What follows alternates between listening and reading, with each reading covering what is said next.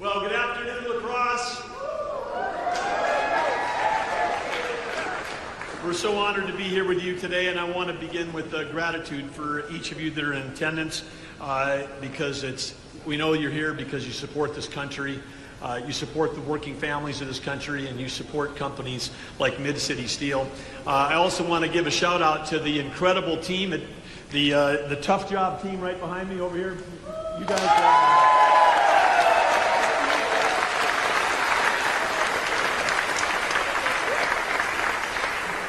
I want to thank our host, Paul Bagnevsky. He's doing a great job leading the team here. And he and Jake, they were telling me that you guys are the best fabricators in the country. Is that true?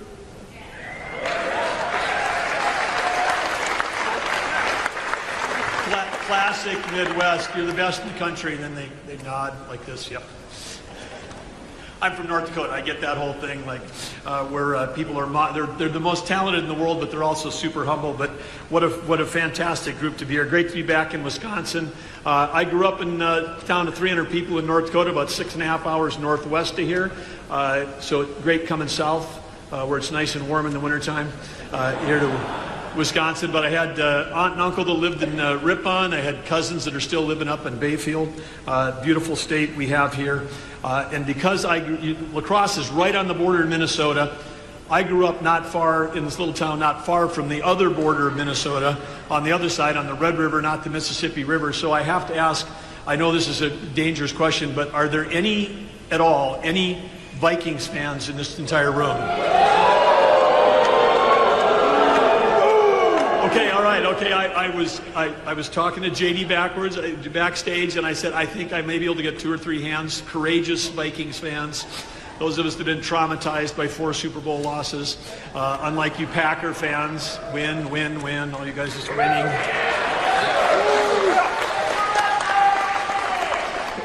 So anyway, welcome to all of you here today. Great to have you here. And as we approach this Labor Day, it's not just the end of summer, but Labor Day is both a celebration. It's a day of celebration, and it's a day of gratitude.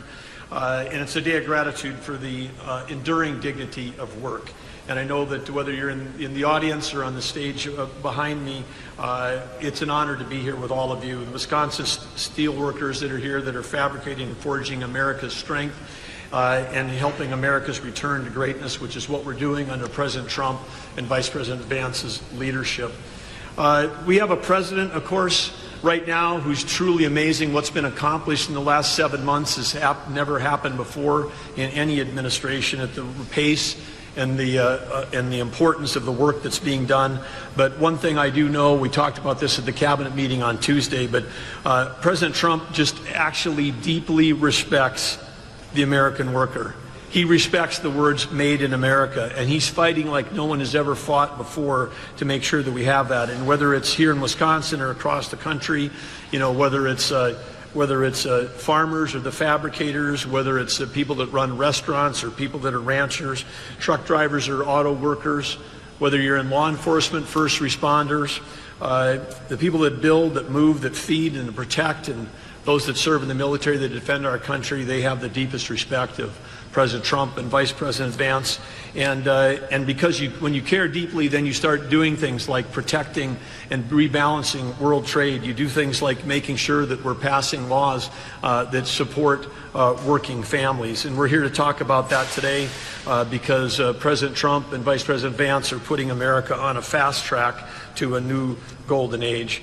And just one thing that I get a chance to work a lot on is on the side on energy. And President Trump said he was going to bring peace abroad and prosperity at home. He stopped 7 wars in 7 months. That's never happened in history. Incredible.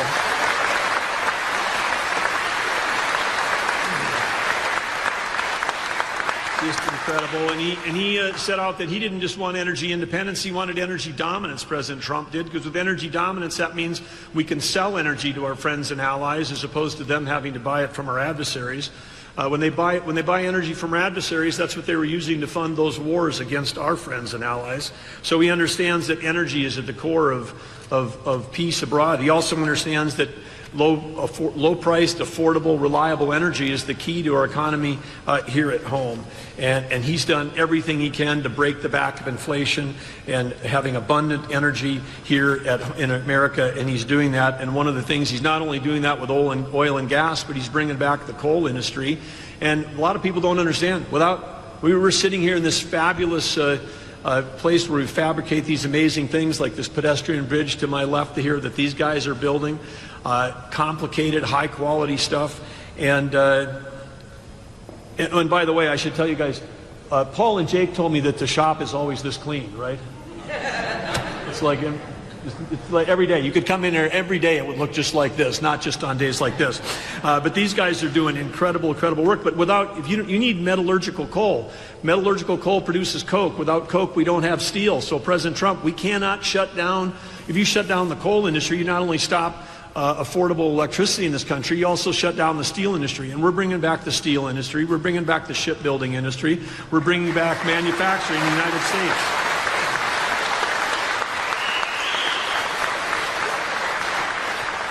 I also understand in the back here we've got some students from Luther High School, government class senior. Can you students just give a stand up for us if you're here from Luther High? We want to say a special thanks to you.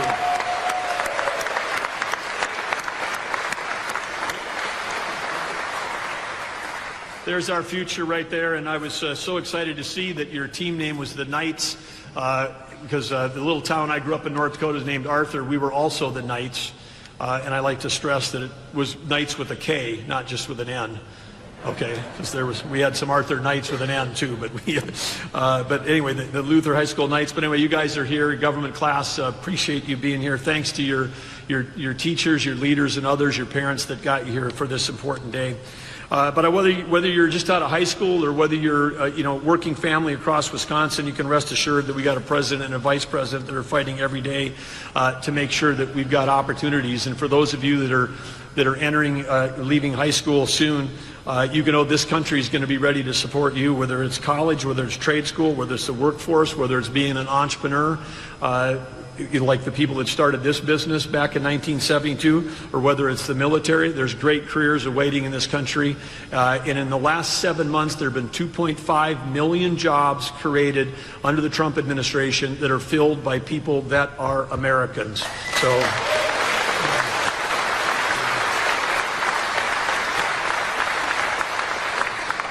And we know that entrepreneurs and we know that businesses like this are the backbone of America. It's innovation that created American greatness. It's innovation that builds great products. It's not regulation. And we know that President Trump is leading an effort for us to deregulate this country, cut regulations. He's cutting 30 regulations already so far in 7 months. 30 regulations have been cut for every new one that's been put in. He set a goal at 10 to 1. He's beating that by 3 times. When we cut regulation, that allows innovation to flourish. And then when we create the incentives for people that not only understand and respect the dignity of work, but give people an opportunity to work and be paid and rewarded for it, that's why in this working tax families tax cut bill, also known as the one big beautiful bill, what do you think? How many people in this room have ever had a job where you've had to work overtime? Every job I had when I was growing up was like that. You guys get paid overtime. How do you like an idea that President Trump came up with? No tax on overtime. How about that?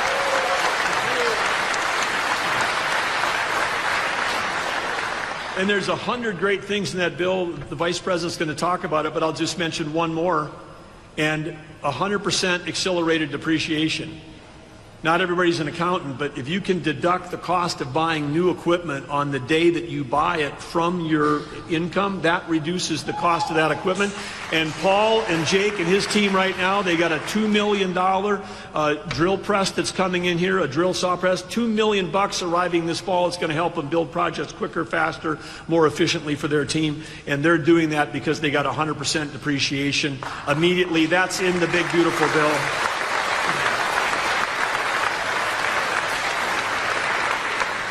And I just want to say one thing. It's just interesting in the world we're in. If you voted for that bill, you voted for lower taxes for working families. If you voted against that bill, if you voted no, then all the tax cuts before were going to go away, and the tax increases were automatically going to happen. So if you voted no on that bill, You were voting for a tax increase on everybody in this room, and there wasn't a single Democrat that voted for that bill. But there is somebody in this room that did vote for that bill, and it's Representative Derek Van Orden right here. Stand up, Derek.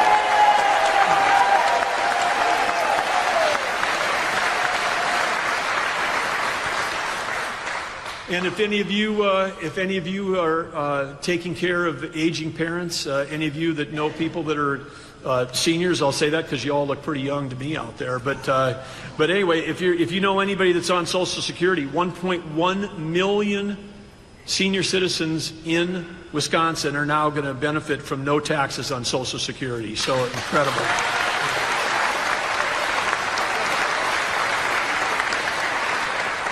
So what's the quick summary?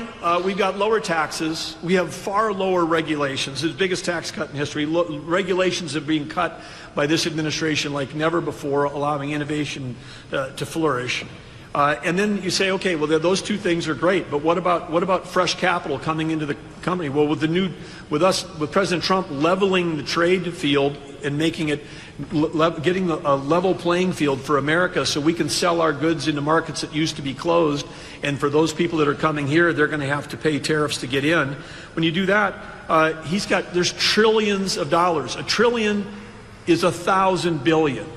There's over $5 trillion of committed capital that's coming into this country to build new factories here, because when you build it in America, when it's made in America, there are no tariffs. We've never had the combination of these things happening in my lifetime of lower taxes, way less regulation, support for innovation and entrepreneurs, and record amounts of record capital. These are the policies that are going to restore the American dream for every American, and it's the Trump-Vance administration that's making that happen.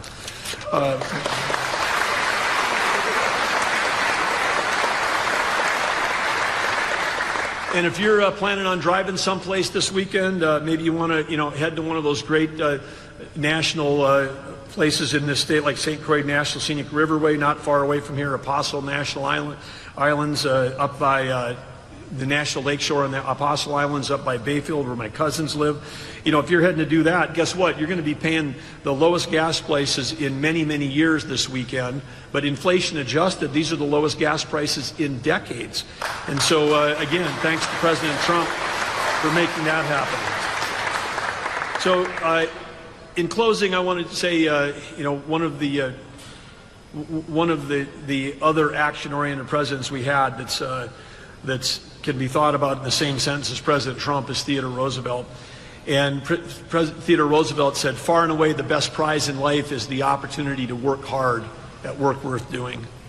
And I've got a group of people sitting behind me on this stage that work very hard. I got a group of people in front of me that I know, if you're here from Wisconsin, you're from the Midwest, you have spent your life working very hard. All of us then in this room, everybody here, we've all had a chance to grab that prize, that opportunity to work hard at work worth doing. And collectively, at a place like right here, like Mid-City Steel, you're doing the hard work that is making America great and making America strong. And you need to know that President Trump personally, Vice President Vance, who's here to tell you how grateful they are for the working families and the working people of this country. Secretary of the Interior Doug Burgum addressed a crowd, highlighting the significant flow of committed capital into the United States aimed at building new factories and revitalizing American manufacturing. He noted that over $5 trillion in capital was being directed into the U.S., marking an unprecedented level of investment that would lead to the creation of new factories and the strengthening of the American economy. Burgum explained that this wave of investment was a direct result of the administration's efforts to level the global playing field, particularly in trade. By ensuring that the U.S. could sell goods to markets that were previously closed and by implementing tariffs on foreign products, the country was making itself a more attractive place for global investors. This increase in capital investments, he argued, was pivotal for America's economic resurgence, bringing with it opportunities for job creation and enhanced manufacturing capacity. With this unprecedented influx of investment, factories across the country would be established, bolstering both the U.S. economy and its workforce. Burgum's speech underscored the administration's broader commitment to economic revitalization, focusing on deregulation, tax cuts, and a favorable environment for business innovation. The $5 trillion in committed capital was framed as a cornerstone of these efforts, ensuring that the U.S. remains competitive on the world stage while fostering long-term growth and prosperity. The Secretary's words were meant to reassure the American people and workers that the administration's policies were already making a tangible difference, driving the nation toward a new era of manufacturing strength and economic stability.